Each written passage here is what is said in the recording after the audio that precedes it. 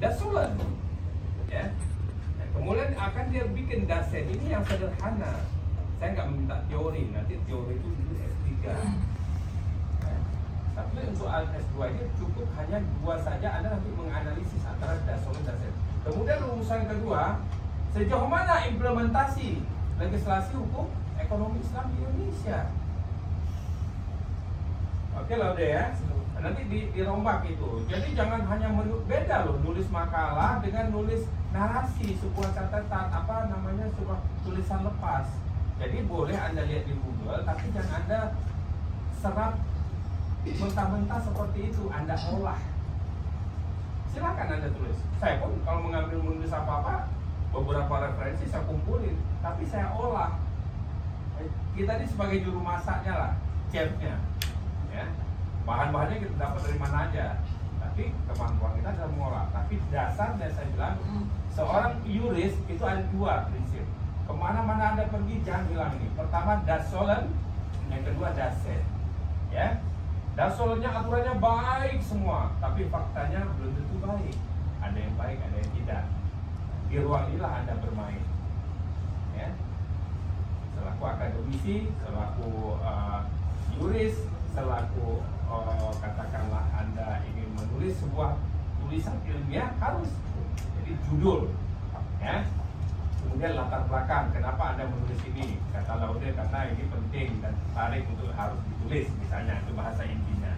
Nah, kalau memang tertarik untuk ditulis, apa yang menjadi masalah? Yang pertama, Anda ingin menyampaikan kepada pembaca bahwa masalah pertama, bagaimana ketentuan hukum menyangkut legislasi hukum ekonomi Indonesia. Anda jelaskan aja. Bla bla bla bla bla bla. Nanti di pembahasannya Anda jabarkan secara rinci, ya. Anda bikin breakdownnya. Oke? Nah, masalah keduanya apa? Bagaimana implementasi? Ya, bagaimana hukum implementasi tentang ketentuan legislasi hukum ekonomi Indonesia? Oh, ternyata tidak berjalan seindah warna aslinya. Nah, disinilah Anda coba menganalisis. Kan gampang ya, tapi kadang-kadang mahasiswa itu sebenarnya menulis ini gampang kalau Anda tahu kuncinya selah.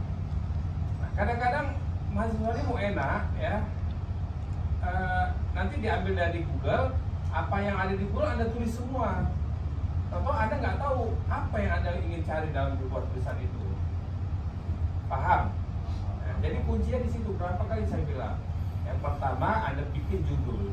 Judul itu yang bisa menggelitik orang untuk mencari apa yang ingin Anda tulis. Nah, kalau misalnya judulnya misalnya hanya nggak ada analisis yuridis, ya tentunya tadi apa judulnya? Legislasi ekonomi Islam di Indonesia. Nah, apa itu? Itu kan hanya rata, hanya ingin menyampaikan pesan explanatory, hanya menjelaskan saja. Dan biasanya judul-judul dalam dalam tesis itu untuk anak S2 itu ada analisis yuridis. Jadi fungsi Anda itu menganalisis bagaimana ketentuan misalnya legislasi hukum ekonomi Indonesia, ya kan? Nah, apalagi Anda bisa cari dengan sebuah studi kasus satu masalah aja. Jadi kita ini jangan semua masalah kita masukkan, capek nanti Anda. Bisa segini nanti tulisannya. Satu masalah aja. Legislasi di bidang apa misalnya? Satu isu. Isu apa yang Anda tertarik misalnya? Satu, nggak usah banyak-banyak. Tadi malam tentang gadai, ya kan? Aturan gadai misalnya tadi malam ada. Isu tentang dana pensiun. Ternyata dana pensiun ada juga aturannya menurut hukum ekonomi. Ada dewan syariahnya, ada ketentuan-ketentuannya. Nah, kembali ke tadi, ya, kawan-kawan yang lain yang belum mulai menulis, ya harus tidak usah terlalu luas, ambilnya satu. Ya, kadang-kadang kita ini mau mentereng semua mau kita kaji, tapi satu pun nggak ada yang betul. Ya, ambil aja satu kecil tapi in-depth mendalam, itu tujuan kita. Ya, nah, legislasinya legislasi yang mana misalnya Anda ingin tulis? Legislasi mengenai ya apa saja, bank syariah, pendanaan syariah atau apa. Nah, jadi nggak usah terlalu luas, ya. Jadi Laude sebelum yang lain ini Tolong dicatat, ya. Jadi rumusnya begitu, ya. Kalau gini saya lihat malah nggak ada ininya nih, nggak ada masalahnya. Apa masalahnya? Paling satu masalahnya. Oke.